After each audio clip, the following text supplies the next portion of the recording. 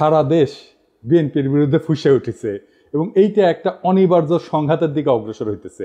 আমি গত পরশু একটা ভিডিওতে দেখাইছিলাম যে টিনের সালে কাউয়া তারিক জিয়া বলে মিছিল, দেখেন আর একবার।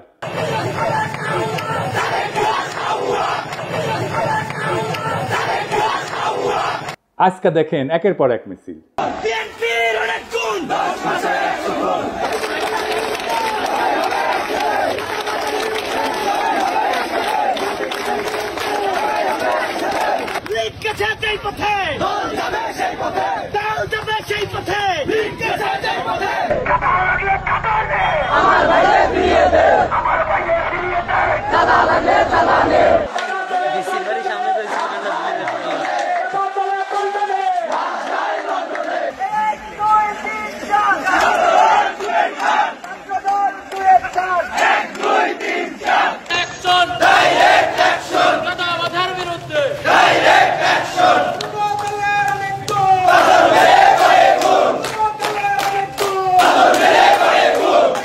বিএনপির ব্যানার নামায় ফেলতেছে তরুণেরা, দেখেন।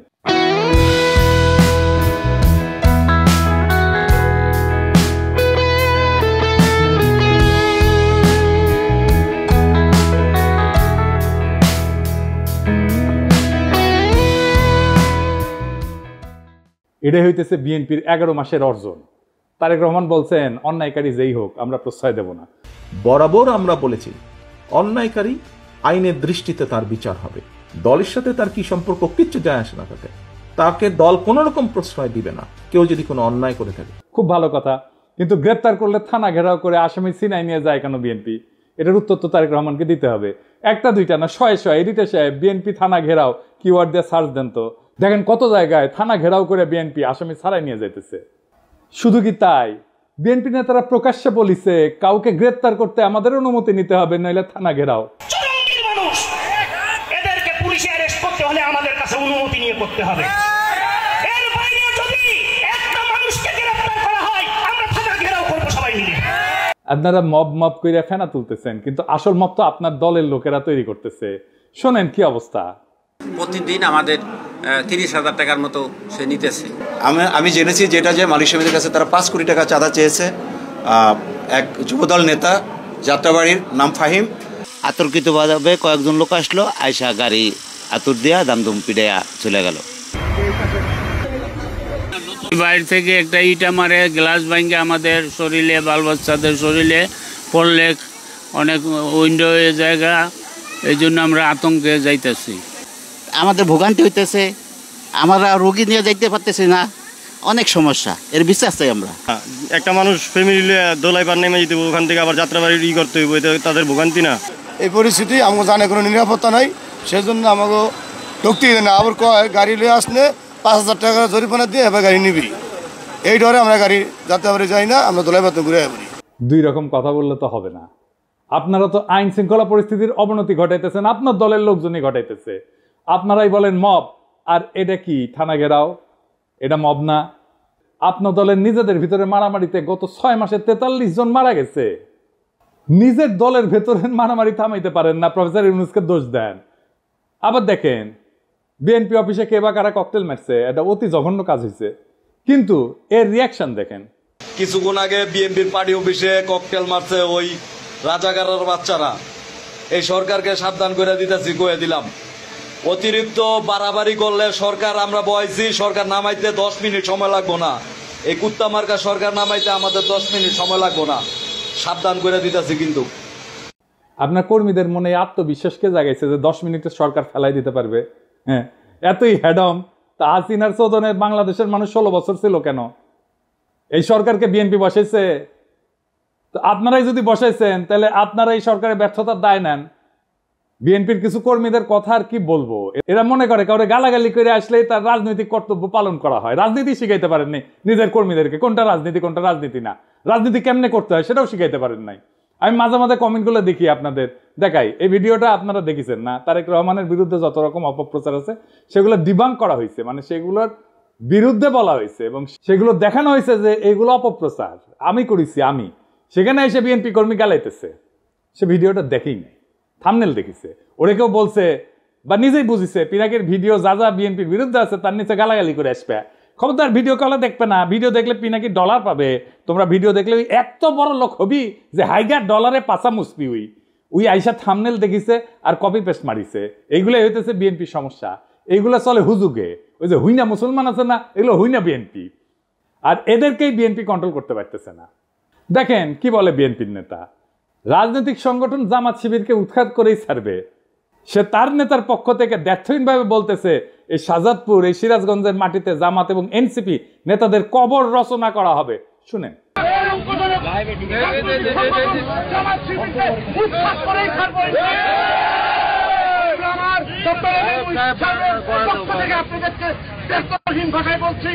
এই শাহজাদপুর, এই সিরাজগঞ্জ, বাংলার মাটিতে জামাত এবং এনসিপির নেতাদেরকে কবর রচনা করা হবে। এর নাম হইতেছে আমির হোসেন সবুজ, সাংগঠনিক সম্পাদক শাহজাদপুর উপজেলা বিএনপি। আবার দেখেন তারেক জিয়াকে নিয়ে সন্তান বন্ধ কথা বলছে, তাই ছাত্রদল নেতা সদল বদলে যায় বয়োবৃদ্ধ পিতাকে শাসাইতেছে।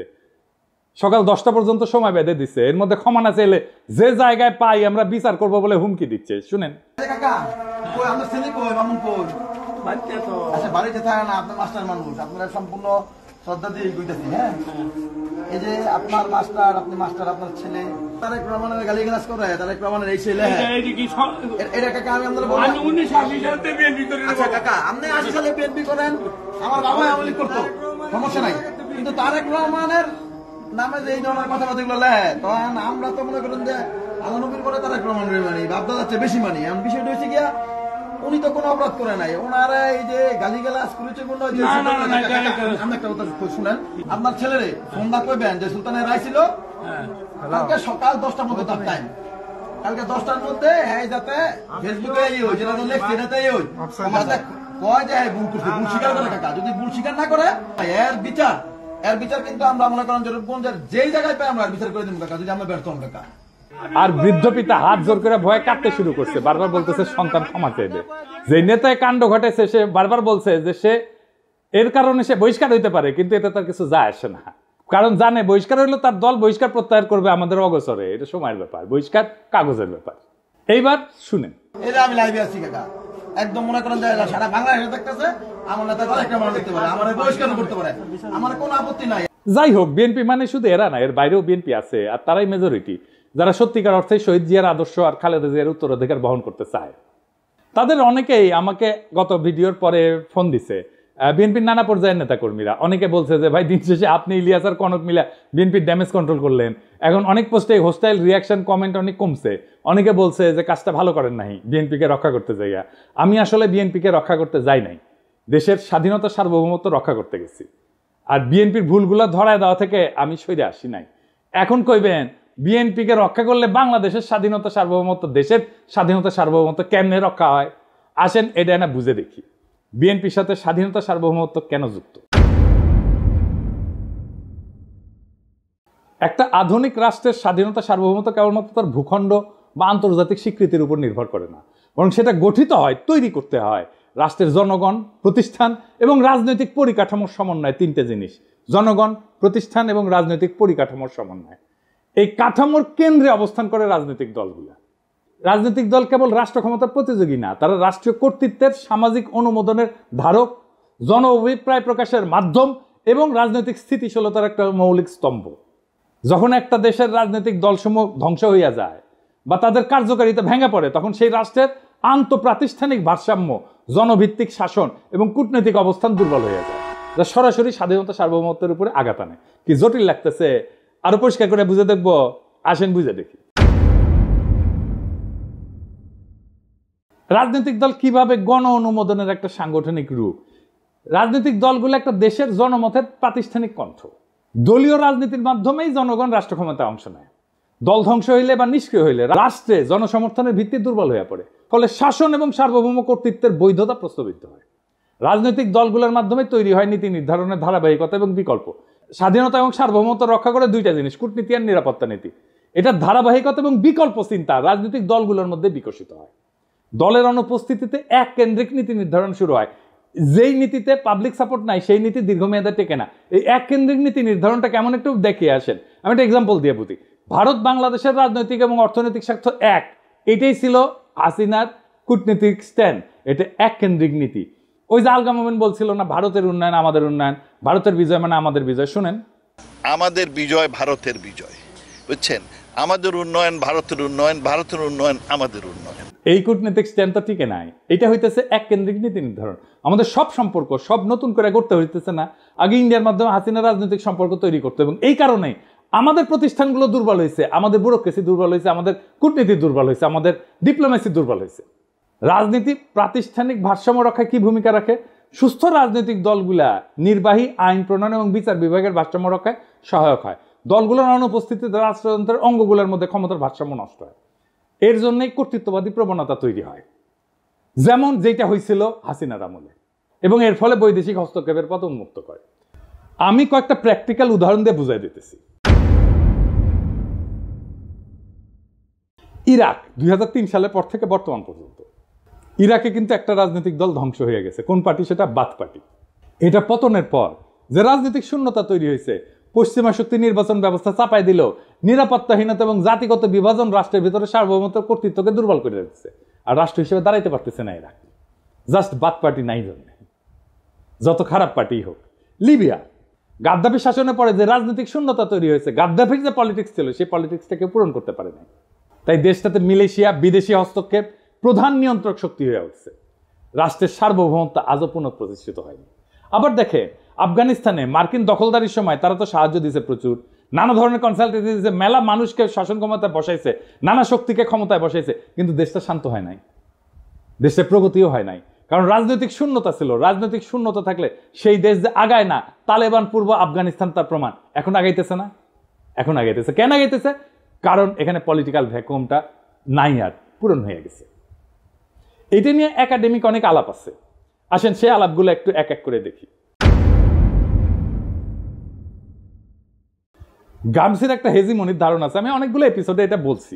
মানে দলগুলা জনগণের মত এবং রাষ্ট্রীয় শক্তির মধ্যে সাংস্কৃতিক এবং রাজনৈতিক সেতু বন্ধন তৈরি করে।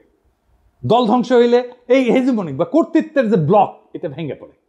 ফলে বিদেশি শক্তি এবং স্থানীয় সুবিধাভোগীরা নতুন করে ক্ষমতা নির্মাণে নেমে পড়ে, যেটা হয়েছে আজকে।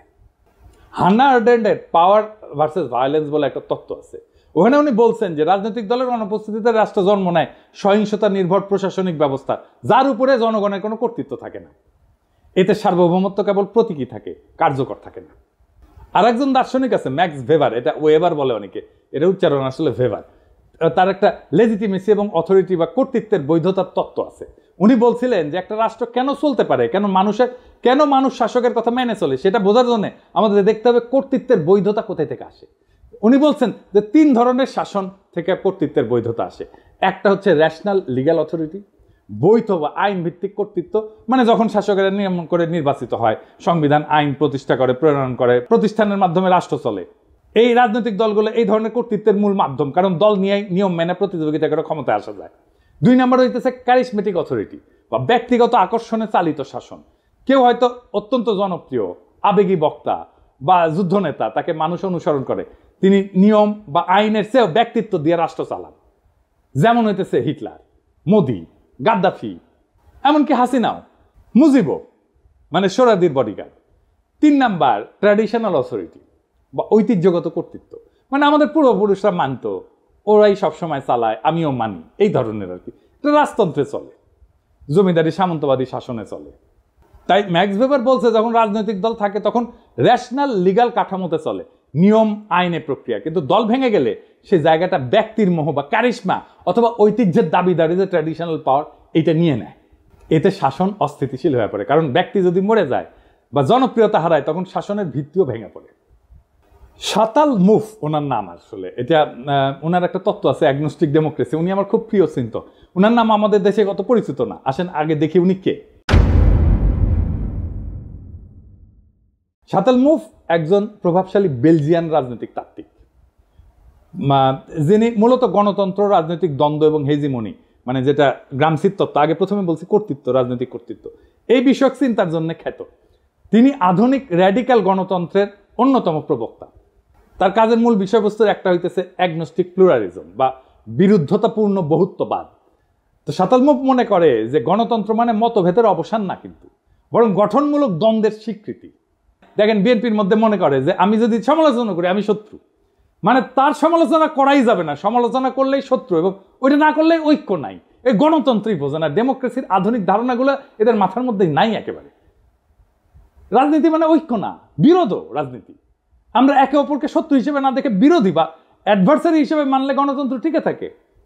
ওনার একটা ধারণা আছে লেফট পপুলিজম বলে, তিনি যুক্তি দেন যে ডানপন্থী পপুলিজমের মোকাবেলায় বাম ঘেঁষা পপুলিজমের দরকার আছে, যেখানে জনগণের আবেগ, পরিচয় এবং প্রতিবাদ সংগঠিত হবে প্রগতিশীল রাজনৈতিক লক্ষ্য নিয়ে। তো ওই যে শতালমুখ বলতেছে যে গণতন্ত্র মানে সবাই একমত তা না, সবাই মিলে ঐক্য তা না, বরং গণতন্ত্র মানে হচ্ছে নিয়ন্ত্রিত নিয়মতান্ত্রিক মতবিরোধ এবং বিরোধিতা এসে থাকবে, তবুও সবাই খেলবে একই নিয়মে। মতবিরোধের ক্ষেত্র তৈরি করে রাজনৈতিক দলগুলো, এক দল বলবে বাজার অর্থনীতি দরকার, আরেক দল বলবে সমাজতন্ত্র দরকার, আরেক দল বলবে ইসলামী অর্থনীতি দরকার, এক দল বলবে আমার খেলাফত দরকার, এক দল বলবে কর বাড়াও, আরেক দল বলবে কর কমাও। এই যে প্রতিযোগিতা এবং মতানৈক্য, এটার নামই হচ্ছে অ্যাগনিজম, মানে স্বীকৃত দ্বন্দ্ব। এতে জনগণের ইচ্ছা প্রকাশ পায়, নীতি পরীক্ষা হয়, ভুল ধরা পড়ে, বিকল্প ভাবনা আসে। কিন্তু দল ভেঙে গেলে কি হয়? আর কেউ প্রশ্ন তোলে না, আর কেউ বিকল্প দেয় না, শুধু এক শাসক বা এক গোষ্ঠীর মতেই দেশ চলে। এটাকে বলা হয় ওয়ান কালার অথরিটারিজম, বা এক রঙের এক চিন্তার একচ্ছত্র শাসন। তখন রাষ্ট্র আর গণতান্ত্রিক থাকে না, হয়ে ওঠে এক পেশে আদেশের কারখানা। তাই রাজনৈতিক দল ধ্বংস হওয়া মানে কেবল একটা সংস্থা বিলুপ্ত হওয়া না, এটা রাষ্ট্রের গণতান্ত্রিক কাঠামোর অন্তঃসার শূন্য হয়ে যাওয়া, জনগণের প্রতিনিধির কণ্ঠ নিঃশেষ হয়ে যাওয়া এবং রাষ্ট্রীয় পরিসরে শূন্যতার সৃষ্টি হওয়া, যা বিদেশি শক্তি স্থানীয় শোষক শ্রেণীর হাতে রাষ্ট্রীয় নিয়ন্ত্রণের রাস্তা উন্মুক্ত করে দেয়। তাই স্বাধীনতা, সার্বভৌমত্ব রক্ষায় রাজনৈতিক দলের বহুত্ব, কার্যকারিতা এবং গণভিত্তি অপরিহার্য। এবার প্রশ্ন উঠতে পারে, বিএনপি কি দায় নাই এই ধরনের ঘটনা ঘটায়? অবশ্যই আছে। বিএনপি বলতেছে তার দলের এই বেপরোয়া লোকদের ঠেকানোর জন্য রাষ্ট্র ক্ষমতায় যাওয়া দরকার। অদ্ভুত কথা, এই তত্ত্ব দিতেছে বিএনপির লোকেরা। বিএনপি কিন্তু এই কাজ করতে গিয়ে জন্ম দিয়েছিল র্যাব, নিজের দলের গুন্ডাদের সামলাইতে পারতেছিল না, তাই র্যাব বানাইছিল। বিএনপির এইসব সোকল্ড ইন্টেলেকচুয়াল ইনফ্লুয়েন্সারদের সাথে কথা বলতে যাওয়াটাও একটা যন্ত্রণা। খোদা তাআলা আমরা এমনই কপাল দিচ্ছে যে নিরেট মূর্খ প্রফেশনালি আনসাকসেসফুল লোকগুলার রেফারেন্স দিতে হয়, একেবারে মূর্খ, কিছু জানে না। ইলিয়াস আমার উপরে খুব খেপা, এই জন্যে খুব চেতিছে। ইলিয়াস কয়, দাদা আপনি এইগুলারে কেন মেনশন দেন? ওদের জীবনের সবচেয়ে বড় পাওয়া পায়ে গেছে, কিন্তু এইগুলা গুরুত্বপূর্ণ, কারণ এরা যে কি মাল সেটা বিএনপির কর্মীদের বোঝা দরকার। তো কারণ বিএনপির কর্মীরা তো ওদের দিকে তাকায় থাকে, ওরা কি লেখে দেখে এবং সেটা অনুযায়ী কাজ করে। তো বিএনপির কর্মীরা বুঝবে না যে সে কাকে ফলো করতেছে, তাকে কে ইনফ্লুয়েন্স করতেছে, সেটা দেখবে না, দেখার দরকার আছে তোর ইলিয়াস। তাও আসেন আমি বিএনপি ওয়ালাদের দেখাই, দেখানো দরকার। এটা আমি এইভাবে সব কয়টার বিএনপির অনলাইন কুতুবদের দেখাবো। একটা মানুষ দুনিয়ার জন্য কতটা ইউজফুল এটা বোঝার জন্য আপনি দেখবেন তারে কেউ রিক্রুট করছে কিনা, তাকে কেউ চাকরি দিচ্ছে কিনা, তারে কেউ বেতন দিয়া পালে কিনা, সে কি কাজ করে, কি কাজ করে খায়, পেট চালায় কি করে, তার সাথে প্রফেশনালি কে কানেক্টেড, এটা পাবেন আপনি লিঙ্কডইনে। আমি নিজেও একটা ঠাপ খায় এটা শিখেছি করলে। আমার কাছে দাবি করেছিল একজন পিএইচডি আর ইউনিভার্সিটির টিচার, তো ওই লিঙ্কডইনে গেলে কলে আমি বুঝবার পারলাম যে ওই ক্যাঙ্কা পিএইচডি আর ক্যাঙ্কা ইউনিভার্সিটির টিচার। তো বিএনপির এই অনলাইন কুতুব লোকে বলে বিরিয়ানি আলম, কারণ বিরিয়ানির দোকান থেকে টেকা নেয়, সে দাবি করে সে মার্কেটিং করে দিছে তাই টেকা নিছে, ফেয়ার এনাফ। কিন্তু কামটা করে কি, যে কি কোথায় রিক্রুট করে, ওটা ওটি আছে। হ্যাঁ, একটা কনস্ট্রাকশন সার্ভিস দেয়, এরকম কোম্পানিতে কাজ করে। কি কনস্ট্রাকশন সার্ভিস দেয় সেটা হইতেছে সেই কোম্পানির নির্মাণ সামগ্রী পরীক্ষা করে, যেমন কংক্রিট, অ্যাসফল্ট, মাটি, এগুলো গুণগত মান নিশ্চিত করে। আর কি, এই অগ্রগতি পর্যালোচনা করে, প্রজেক্টের অগ্রগতি পর্যালোচনা করে, নির্মাণের বিভিন্ন পর্যায়ের নিরাপত্তার দিক, যেমন কোড ফলো করতেছে কিনা, এগুলো খুঁটিনাটি পরীক্ষা করে দেখে। তো এই কোম্পানির ব্র্যান্ড মার্কেটিং কনসালটেন্ট নিজেই দাবি করেছে যে ওই ব্র্যান্ড মার্কেটিং কি বুঝে, বানান করতে পারবে, ঢাকা ইউনিভার্সিটির সাংবাদিকতায় পরে মার্কেটিং শিখে গেছে, বাবা বড় তালে বড় এসে গেছে। আচ্ছা, কাজ করে কি, ওই লিখিছে ও ফটো তুলে ভিডিও বানায়, উরে বাবা, কোম্পানির প্রোগ্রামে, এটা হইতেছে ওর কাজ। কোম্পানির ওয়েবসাইট তৈরি করেছে, লোক পাই নাই, ওরা দিয়ে তৈরি করাইছে। কোম্পানির আইটি সাপোর্ট দেয়, অ্যাডমিন সাপোর্ট দেয়, জিমেল সুইট দেয়া মেল ম্যানেজমেন্ট করে। এর মধ্যে ব্র্যান্ড মার্কেটিং কোনটা বলেন তো? আপনারা তো মার্কেটিংয়ে অনেকেই পড়াশোনা করেছেন, বলেন তো কোনটা?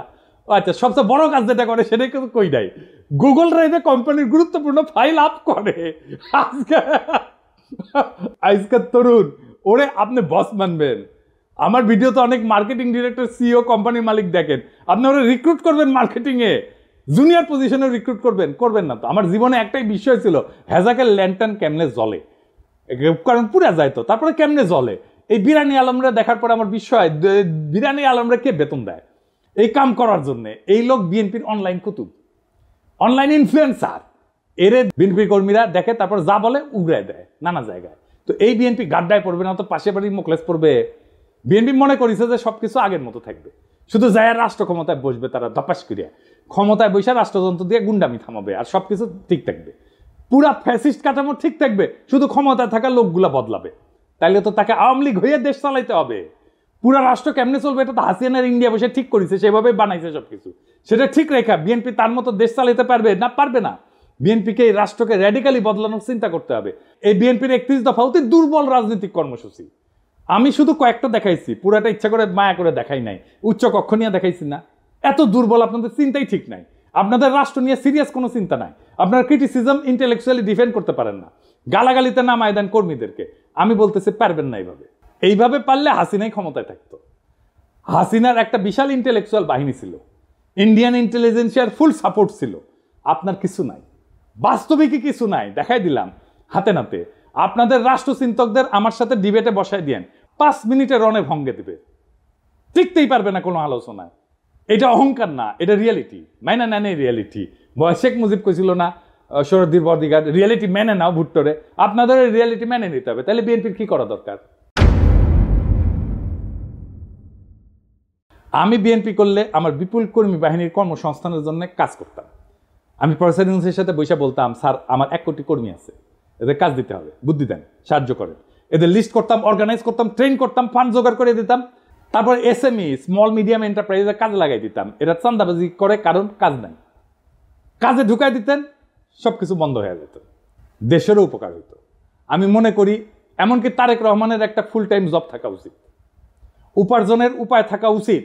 ব্যবসা না, চাকরি। চাকরির অভিজ্ঞতা ছাড়া আপনি পৃথিবীতে আপনার ইউজফুলনেস প্রতিষ্ঠা করতে পারবেন না। উনি যখন রাষ্ট্র ক্ষমতায় যাবেন তখন সেটা বাদ দিবেন। মানুষ যদি দেখে উনি কিছু করেন না, তাহলে রাজনীতি করেন, তাহলে মনে হবে যে আমিও রাজনীতি করব, কিছুই করব না। এবং মানুষ কি মনে করে আসলে আপনাদেরকে, পলিটিশিয়ানদেরকে মনে করে আপনারা সামনে দিয়ে চলেন। এটা আমার কথা না, একদম জনগণের কথা। আমি দেখাই দিতেছি, শুনেন, দেখেন কি বলে। একটা কাম করে খায়, চাঁদা উড়ে খায়। ছোট নেতা চাঁদা উড়ায়, বড় নেতা মালিক হয়ে যায়। সব নেতা চলে 4,000 টাকা দিয়া। কোন নেতা কাম করে কইতে হবে যে আমি কাম করি না ভাই? সব নেতারা খায় 4,000 টাকা। 4,000 টাকা খাইয়া সব নেতার সংসার চলে। আর বাচ্চা কাছে পড়ালেখা করে 4,000 টাকা দিয়া। ওরা সংসারে যে মার্কেট করে, টাকা পয়সা দিয়ে মার্কেট করে, যে পানিটা কিনে খায় 4,000 টাকা দিয়া। 4,000 টাকা ছাড়া সংসার চলে না। ওরা চিকিৎসা করতে যায় বাইরে বিদেশে চিকিৎসা করতে যায় 4,000 টাকা দিয়া। আপনি খোঁজ নিয়ে দেখেন, যত বড় নেতা হোক এই 4,000 টাকা খাইয়া নেতামি করে। প্রত্যেকটা নেতা 4,000 টাকা খায়, প্রত্যেকটা কর্মী 4,000 টাকা খায়। কোন দলে চাঁদাবাজ থাকবো না বাংলাদেশে। 4,000 টাকা খাইয়া এরা রাজনীতি করে। এখন চাঁদা বন্ধ হইলে রাজনীতি কেউ করবে না। চাঁদা বন্ধ হয়ে গেলে রাজনীতি কেউ করবে না। যে ধান্দা নাই, রাজনীতি করবো কেন? কাম করে খাই। চাঁদাবাজি আছে জড়িত, আপনি খোঁজ নিয়ে দেখেন ভালো মতন। দেখেছেন, রেসপেক্ট করে না তো পলিটিশিয়ানদেরকে। কেন করে না? কারণ আপনাদের মনে করে আপনারা চান্দা দিয়ে চলেন। বিএনপি এখন একটা সন্ধিক্ষণে দাঁড়ায় আছে। সামনে 2টা পথ, একটা আত্মধ্বংসের আর একটা নবজন্মের। আপনি যদি রাজনৈতিক দল হিসেবে জনগণের কাছে ফিরে আসতে চান, তাহলে এই মুহূর্তে আত্মসমালোচনা, কাঠামোগত সংস্কার এবং র্যাডিক্যাল চিন্তার সাহস দেখাইতে হবে। বিএনপি যদি ভাবে তার পুরনো কাছে ফিরে গিয়ে ক্ষমতা ফিরে আসবে, তার দিবা স্বপ্নের বেশি কিছু না। এদেশের জনগণ নতুন কিছু চায়, নতুন রাজনৈতিক কল্পনা, নতুন নৈতিক নেতৃত্ব, নতুন র্যাডিক্যাল চিন্তা। যারাই নতুন চিন্তাকে ধারণ করবে তারাই ভবিষ্যতের নেতৃত্ব দেবে। একজন প্রকৃত রাজনৈতিক নেতা শুধু বক্তৃতা দেন না, কর্মীদের কাজ দেন। শুধু ভীষণ দেন না, সেই ভীষণ বাস্তবায়নের গাইডলাইনও দেন। যদি আপনার দলের কর্মীরা আজকে হুজুগে চান্দাবাজে পরিণত হয়ে থাকে, তাহলে তার দায় নেতৃত্বকেই নিতে হবে। তারেক রহমানের উচিত এখনই জব হোল্ডারদের মতো আচরণ শুরু করা।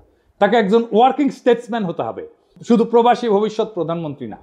বিএনপির সামনে এখন 3টা বড় কাজ: নিজের কর্মী বাহিনীকে প্রশিক্ষণ দিয়ে উৎপাদনমুখী কাজে লাগানো, র্যাডিক্যাল স্টেট রিফর্ম পরিকল্পনা নিয়ে জনগণের সামনে হাজির হওয়া, আর 3 নাম্বার দলে থাকা ডিজিএফআর চাঁদা খাওয়া, রয়ের টাকা খাওয়া, নব্য দালাল, বেকার, অনলাইন কুতুবদের চিন্তাহীন দৌরাত্ম্য থামানো। এই রাজনৈতিক বিশৃঙ্খলা, ছিন্নমূল নেতৃত্ব আর চিন্তাহীন কর্মী নিয়ে রাজনীতির পরিণতি একটাই, নতুন করে একনায়কতন্ত্র আর গভীর বৈদেশিক হস্তক্ষেপ। বর্ষা বিপ্লবের চেতনাকে গণতান্ত্রিক কাঠামো থেকে তাড়াই দেয় এক ব্যক্তির ভাবমূর্তি কেন্দ্রিক প্রজেক্টে পরিণত করা। আপনারা যদি সত্যি শহীদ জিয়ার উত্তরাধিকার হন, তাহলে শহীদ জিয়ার মতো করে রাষ্ট্র গঠনের স্বপ্ন দেখে মাটি কামড়ায় জনতার ভরসা অর্জনের রাজনীতি করে। না হলে ইতিহাসের ডাস্টবিনে আপনাদের জায়গা হবে। এই সময়টা তারা যারা সাহস করে সত্য বলছে, তারা বিএনপির শত্রু না, এই হুঁশিয়ারি শোনা না হলে সামনের দিনগুলোতে আপনাদের পতনই কেবল অনিবার্য না, তা হয়ে উঠবে ইতিহাসের এক করুণ ট্র্যাজেডি। সময় আছে, বদলান, নয়তো ইতিহাস বদলায় দেবে আপনাদেরকে। ইনকিলাব জিন্দাবাদ, গণতন্ত্র জিন্দাবাদ, রাষ্ট্র রূপান্তরের রাজনীতি জিন্দাবাদ।